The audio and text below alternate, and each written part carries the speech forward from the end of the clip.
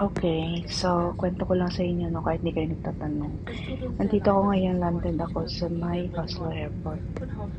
But napansin ko na kahit pala Marso, kahit na spring na, grabe din ang snow. Hindi rin siya nalalayo sa Canada actually. Sabagay, nasa malapit siya sa Atlantic Ocean.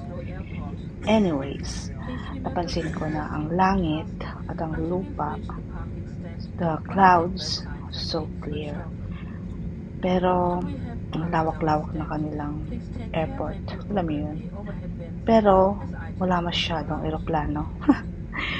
Pero busy din siguro other days. Pero siguro na timingan ko lang talaga na konti lang talaga ang nagbakasyon or naglanded dito sa airport na to. Pero ang haba-haba.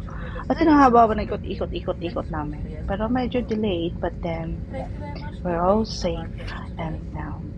Yun lang ang mahalaga, yung safe tayo lagi sa travel natin.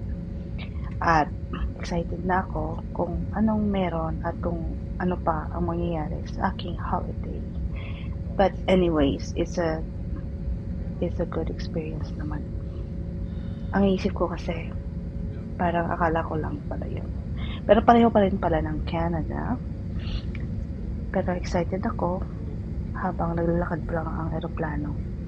Pero dahil galing ako sa malamig na lugar, paglanded ko, malamig pa rin. Walang pagbabago. Same.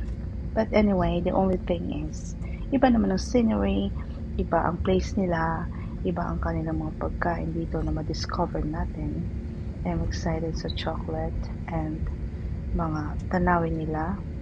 Mostly, medyo mataas ang Oslo, ang Norway, kesa sa Sweden. Kasi Sweden flat. So, ito lang ang medyo hindi maganda sa pagbakasyon ko. Nako, may snow pa rin pala. But anyway, embrace the weather and enjoy the ride while we're moving on towards the tunnel of the airport. Well, ang haba, di ba? Ang layo-layo, di ba? As in. Pero, okay naman. We're all safe. Yun ang pinaka-importante. And see you on my next journey.